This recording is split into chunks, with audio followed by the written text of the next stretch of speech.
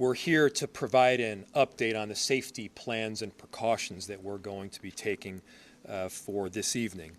The City of Minneapolis is filing a declaration after today's shooting to encourage the judge to rule on a temporary restraining order on Monday that would grant us immediate relief and would help stop this operation that has been so harmful to the city of Minneapolis. The state of Minnesota has resulted in multiple shootings and tragic deaths. I have formally requested assistance from the National Guard to support the limited number of officers that we have in the Minneapolis Police Department. We have around 600 officers in total. Days off have been canceled. Our incredible Minneapolis police officers have been working tirelessly to do their day-to-day work, and simultaneously they are put in the middle of these chaotic situations. We will not be able to do this on our own, and so we are getting assistance from both mutual aid jurisdictions as well as the request to the governor for the National Guard, and we're appreciative of the assistance. Our community is tired. Our officers are tired. Our businesses are tired. And this additional support is necessary. And again, the chaos that we are seeing is caused directly by ICE, border control, and this federal administration. Our top priority is keeping our neighbors and businesses safe, and the additional support will help us do that.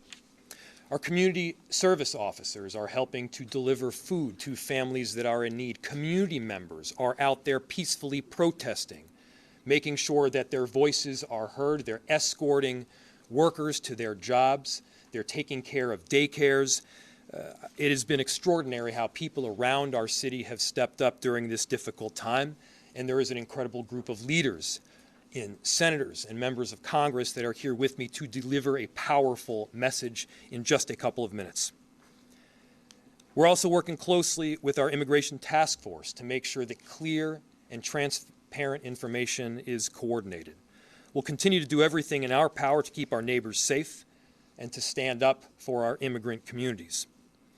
Most of the protests that we've seen have remained peaceful. Let's keep it that way. Let's not counter Donald Trump's chaos with our own version of chaos here. I understand that people are angry. I'm angry. I understand that people are experiencing trauma. It makes sense. Our communities have been placed on the very front line, and this has been ongoing now for weeks. It must end. Remember, it's only our city that will suffer if there is damage or destruction that is done. Finally, to the victim's family and friends, our hearts are with you. Our love goes out to you. I know that there is nothing that I can say right now that will ease the pain. But I hope you know that Minneapolis cares deeply for you. There are 435,000 residents that will do everything possible to stand with you. With that, I'll turn it over to Chief O'Hara, who can give more of an update on the plans for tonight.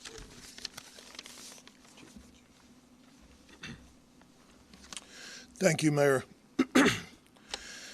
Good evening. I'm going to provide a brief update on the events today and our plans to maintain order in the city. I recognize that this is a volatile and emotional situation, and our focus remains, as it always has been, on de-escalation, slowing things down, and maintaining peace and order in this city.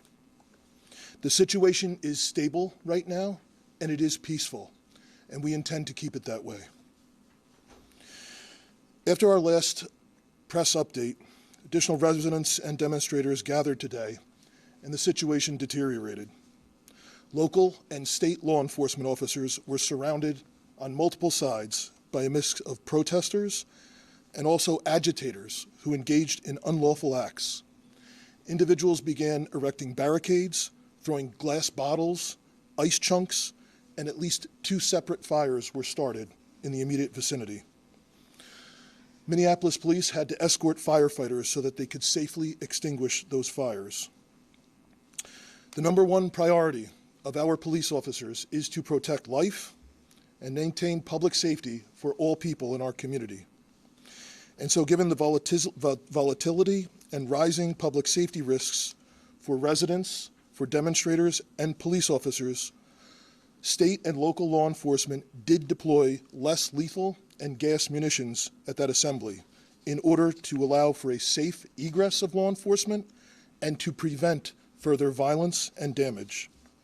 We do everything that we possibly can to de-escalate whenever possible, and the actions that were taken today were in response to a dangerous and escalating situation that already had multiple confrontations.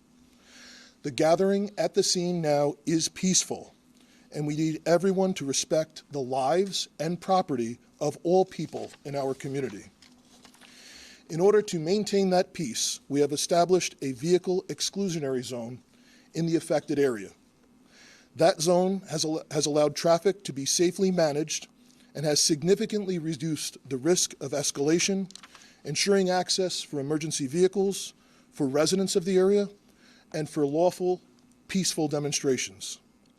This zone will be maintained by uniformed police officers of the Minneapolis Police Department, working alongside members of the Minnesota National Guard. National Guard members will be wearing fluorescent yellow safety traffic vests and will be working alongside uniformed Minneapolis police. In addition to the Minnesota State Patrol and Hennepin County Sheriff's Office that assisted at the scene, the St. Paul Police, Ramsey County Sheriff's Office, and numerous Hennepin County suburban police departments are assisting with answering 911 calls in the city of Minneapolis today. The loss of human life, yet again, is a tragedy. We pray all people can recognize that, and we extend our condolences, as the mayor has said, to the loved ones of the deceased. To the people of our city, we understand that the pressure has been building for weeks. We understand the hurt and frustration that this causes. But again, if you choose to come out, if you choose to demonstrate, peacefully assemble, do so lawfully, and understand that the men and women in this uniform standing here tonight are committed first and foremost to protecting the lives of every single person in this city. We will continue to monitor the situation and provide updates as needed. Senator. Thank you. Thank you, Mayor. Thank you, Chief, for your strong leadership during this crisis. I'm joined today by Senator Smith, as well as Representatives McCallum and Morrison, and joining us in a statement are Representatives Craig and Omar. Our message is really clear and straightforward. We need ICE out of Minnesota. They are not making us more safe. As the tragic killing this morning, as people saw it viscerally on that video shows us, they are making us less safe. With 3,000 agents, which of course includes border control, outnumbering the sworn police officers in Minneapolis and St. Paul by 3 to 1, and even larger than the 10 metropolitan police departments.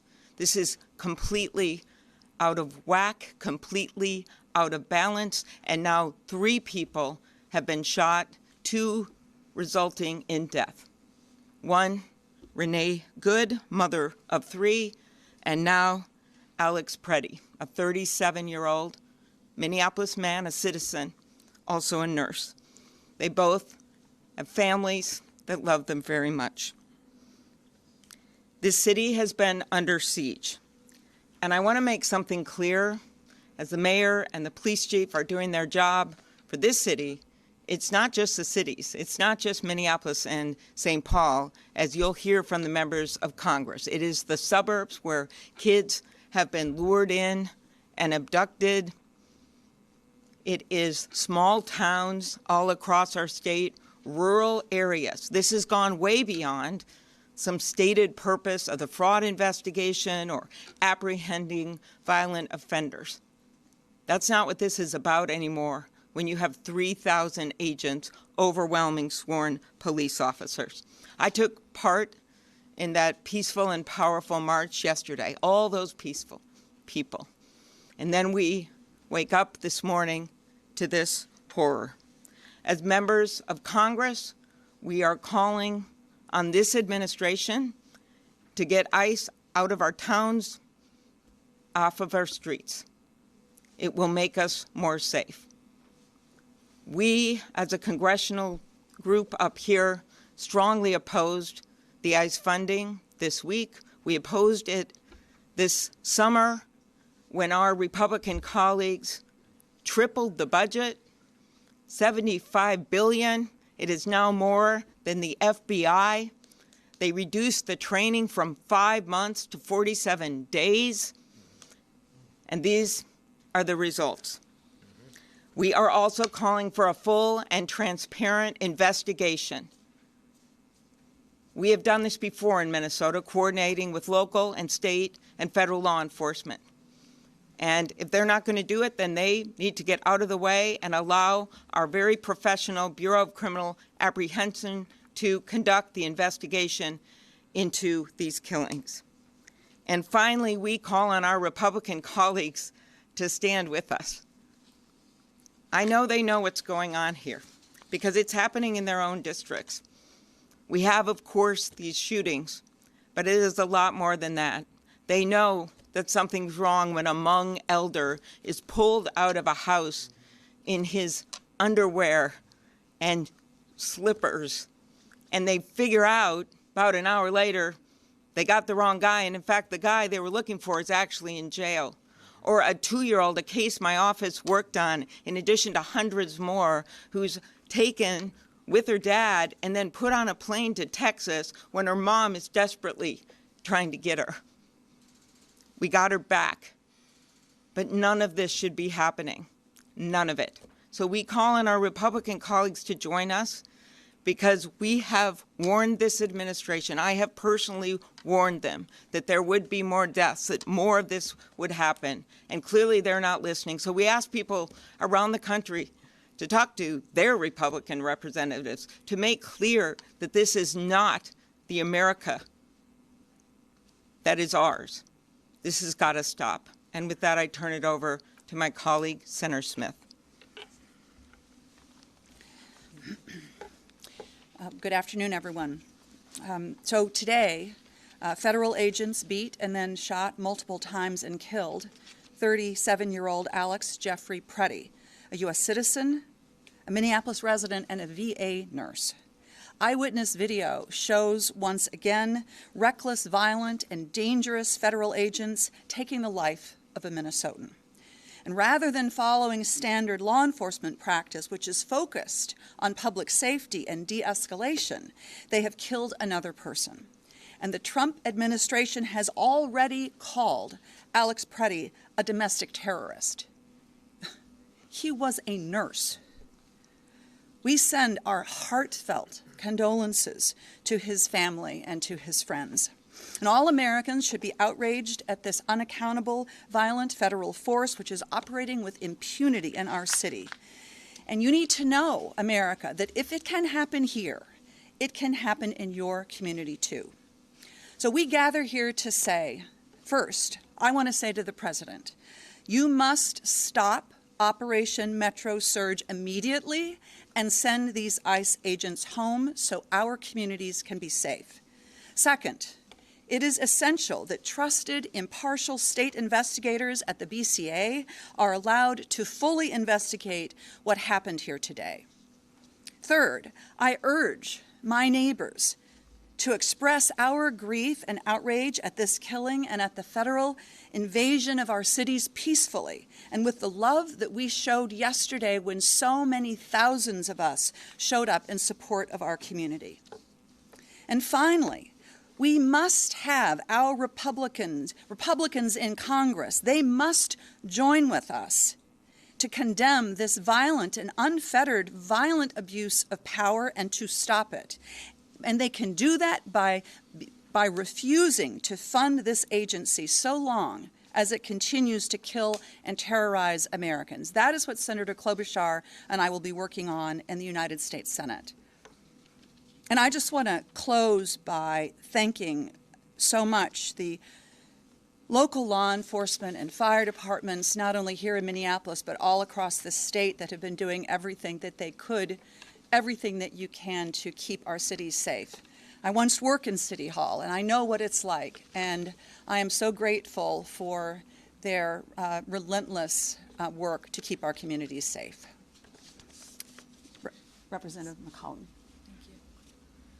Well, we have a saying in Congress that we agree and reflect in our remarks those that have spoken before us.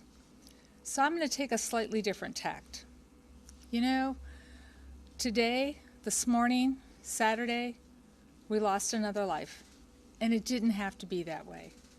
To all the protesters who have been out there peacefully protesting, who have been harmed and injured, it shouldn't be happening to you either.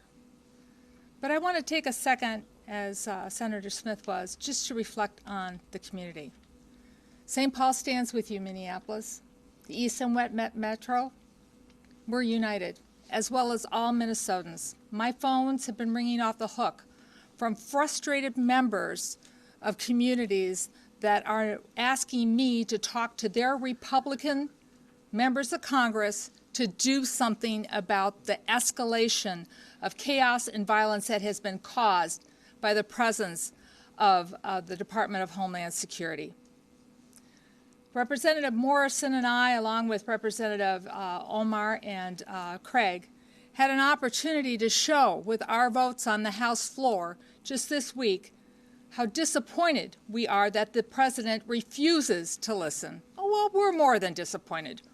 We are outraged. Part of the bill that was on the floor was to provide more body cameras for ICE. Well, they have them already in the thousands, and they refuse to wear them. So, Secretary Noem, have your officers suit up and put on their body cameras, just like our law enforcement does. To our law enforcement here, we appreciate you, especially those of you who have been working the extra shifts. To the school boards, to the community service volunteers, everybody out there in this community, you make us so proud to represent you in the United States Congress. We hold our head up high with how Minnesota is reacting to this. We celebrate 250 years of this United States of America. And I'll close with quoting Benjamin Franklin. He came out of the Constitutional Convention and he said, it's a republic if you can keep it. Well, we're showing we want to keep it a republic with peaceful protesting. Stay calm, be safe, take care of one another. And when you see a National Guards person out there trying to relieve one of our police officers, know that they're there to protect you. So please respect everyone out there trying to keep us safe. And with that, I'd like to welcome up my colleague from the West Metro, Representative Morrison. Thank you, Representative McCallum. You know, the day after tens of thousands of Minnesotans showed the world how to stand up peacefully against this administration's cruelty, lawlessness, and unacceptable occupation, and demand that ICE leave our state and end this federal invasion, the world is watching yet again as one of Donald Trump's federal agents have shot and killed another United States citizen in broad daylight in the middle of the street. First, we lost Renee Nicole Good, and now Alex Jeffrey Pretti, a 37-year-old man, a Minnesotan, an ICU nurse, a resident looking out for his neighbors as Minnesotans always do. And I do want to pause and offer my deepest sympathy and profound condolences to Mr. Pretti's family and friends. I am so sorry for your unimaginable loss. And we are once again now being asked to deny what we saw with our own eyes. We watched the videos of a masked federal agent shooting Alex in the back multiple times while he was pinned down by more than 6 other masked federal agents. And once again, DHS has come out with a predetermined narrative that contradicts everything we saw with our own eyes. 2 37-year-old Minnesotans are now dead, a poet and a nurse. For what? We cannot lose any more lives. We need a full, transparent, and comprehensive investigation led by our BCA. And ICE and Border Patrol need to halt all operations in the state and leave immediately. And Congress cannot be complicit in facilitating these lethal operations and federal occupation of our cities. We are standing here as a united front today, pleading for our Republican colleagues who control the Congress and who took the same oath to defend the Constitution and uphold the rule of law that we did, to stand up and stop this. Put your state and your country first. Put it ahead of your loyalty to this president. Minnesotans are in agony, watching their communities terrorized and families torn apart. ICE and CBP agents are traumatizing our communities, violating Minnesotans' constitutional rights, unlawfully detaining and arresting United States citizens, racially profiling people, forcing schools, restaurants, and businesses to close. And people are dying at the hands of these federal agents. It has to stop now before anyone else is hurt. And I return it to the mayor. Thank you. I'll just point out again the difference between tens of thousands of people just yesterday peacefully protesting, standing up for their neighbors, no injuries, no damage to property. That is how Minnesota and Minneapolis shows up versus what we saw again this morning. That is what is causing chaos on our streets, those actions that we saw on video, and you can believe your own eyes. With that, we'll open it to questions. Senator Klobuchar, are you willing to use every lever of power at your disposal as a member of the minority party to stop what is happening here, up to and including a government shutdown? Right now, we are focused on getting ICE out of this state. And of course, we will use every lever that we have. But I do remind people that Donald Trump runs the White House. And sadly, because to date we have not seen the Republican members of Congress standing up, he also seems to run the Congress. But the point here is that there are many changes that we could make. You know, why aren't we helping fund local law enforcement instead of what they did with this bill last summer where they tripled the budget? And why aren't they pledging to have a full investigation of what happened? I have a lot of respect for our local law enforcement here, and I appreciated the words of some of my colleagues who talked about the fact that people have to differentiate here with what they're doing on the front line every single day. So there are many things we could do. Budgets are a value choice, and that's what we're asking our Republican colleagues to do. I work across the aisle all the time. I work with them, and I know that many of them understand that what's going on right now is wrong. And so the way to get to a higher ground, honestly, is to get them to get ICE out of our state right now, to call the president, to speak out as we have been doing day after day after day, and to remember these little kids who are afraid to go to school, and to remember the people who are legal citizens who are wrestled to the ground, yelling, "I am born here, I was born here," and to remember these two that we've lost. And I hope that's something that they all take home and that the people of this country do as they look at how they can get this administration to stop this. Mayor Frank, can you talk about the legal case that you were pursuing and how this shooting changes your strategy? What is your best case scenario on Monday when you go to court? So there's two forms of request that we have been asking for. The first was this temporary restraining order.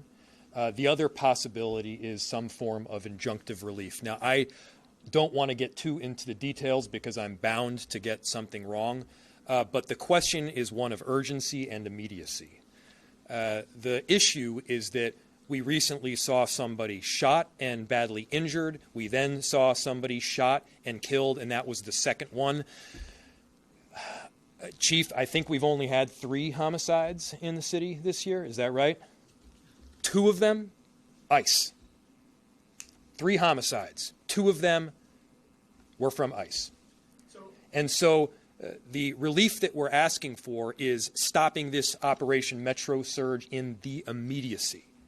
It's preventing this massive influx of agents that is making it very difficult for us to do our jobs in the city as well as we need to do them, and we need to do regular day law enforcement as well. Yes? They defied a search warrant this morning. Do you think they'll abide by a court order from the federal judge? They have to abide. So the question is, they defied a search warrant this morning. Will they abide by a court order by a federal judge? Everybody listen to that question. The question is, will this administration abide by a court order? These are the underpinnings of our democracy, of our republic, and of this Constitution. The answer better be yes. Whether you're a Democrat or you're a Republican, you abide by those court orders. The answer has to be yes if you are a patriot for this country. And so, yes, my expectation is that they will abide by the court order because there is not an alternative. If I could just ask you, and also Senator Klobuchar and the other legislators, the rhetoric today seems back to where it was in the aftermath of Renee Good, if not even higher. Senator Klobuchar posted on X, Stephen Miller, then the President's aide slammed Senator Klobuchar's post. I mean, this is going on. The vitriol is through the roof on social media. Is there any way, or how are you going to come together? I mean, is there any way to approach the other side? Yeah. I'll answer for myself and from the city's perspective, and certainly turn it to Senator Klobuchar. I want everyone to just quickly look at the juxtaposition between the way that Minneapolis is showing up and the way that the federal government is showing up. I want you to look at the difference between the elected leaders and our chief that you've heard talk just before me. They're calling for peace. They're calling for peace notwithstanding this horrific action from the federal government. What are they doing? They're not investigating the person that killed our citizens. They're investigating us. This is political retaliation. This is about a political narrative, and that narrative is making people less safe. A number of us have spent the last few weeks making our views clear, standing our ground, but also reaching out to this administration, to Republican leaders, to try to get them to understand how dangerous this is, how unsafe this is. I met with chiefs from across the metropolitan area. Chief O'Hara was on this call, and they have been reaching out, some of them publicly, some of them behind closed doors. The business community has been reaching out. I have been personally reaching out to the President's Chief of Staff and spoken with her. We have done this day after day after day, so we're not just shutting out any discussions, but we've been explaining to them, and I know the governor has, how dangerous this situation is. And I have specifically told people that someone else was going to die. I said this a few days ago. I said it might be by a car, it might be by some other way. And it just seems like you hope that they're going to de-escalate, and then they keep escalating it up. Right now, I hope they're listening, and I mostly hope that our Republican colleagues are listening and that they will step in, even if it's behind closed doors. If they will make those calls and say, we've got to end this now, and we've got to bring those people out of Minnesota and let our local law enforcement do our jobs. And I'll let some of my colleagues answer this. Well, I'll just say that I completely agree with the mayor and the senator, but I mean, it is my obligation as a United States Senator to speak about what I think is happening in my state and to define it for what I think it is. That is my job. And one thing I have learned about this president is that he does not respond to appeasement. He is a bully. He does not respond to people who appease him. He responds much better to strength than he does to weakness. And I think what we have seen in this state, I am so proud of it. We have seen a combination of strength and peacefulness that really says who we are.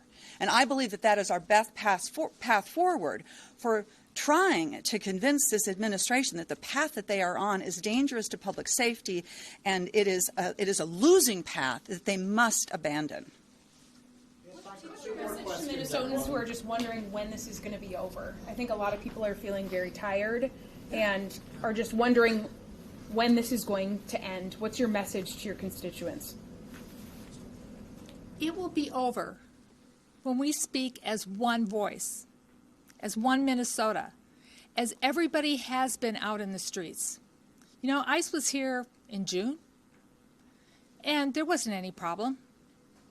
We weren't happy about it. There were people who we were concerned about the way that deportations and arrests were happening. We were worried. But we handled it in a peaceful way. The escalation now is not because Minnesota changed. It is because this White House and Stephen Miller have decided to change their tactics here. It will end. It will end when our colleagues who are hearing from their constituents because they are reaching out to me and others listen to their constituents and stand with their constituents and not stand with a White House that is not following the Constitution, breaking our laws, and not living up to the values of this country. That's when it will end. What do you think the end game? What do you think the end game is for Donald Trump at this point? What is he hoping to accomplish with this? Anybody up there? Anybody knows. Look, I do not pretend to know what Donald Trump is thinking. I do know what they're saying publicly. And on the one hand, they are talking about this being an action that is required for safety, and it is doing exactly the opposite. It is creating danger in our state. Again, if this were about safety, there would be many, many options. Our governor has stated, I have stated, we are very much willing, in fact, we have been working with them to apprehend violent offenders, to prosecute these cases, to get criminals off of the streets. That is not what we are talking about right now. What they are also saying is that this is simply political retaliation. They are saying this is political retribution, and it's focused here on a blue city in a blue state. That's not how America works. Other countries function that way. We don't. And so no matter your background or your ideology, this should be of deep concern for you no matter what town you're in America, because your town could be next. Your liberties, your freedoms could be sacrificed because of what this administration is doing. Thank you. I know our end game, and our end game is to keep Minnesota safe. And so we are asking that ICE get off of our streets and out of our state. Thank you.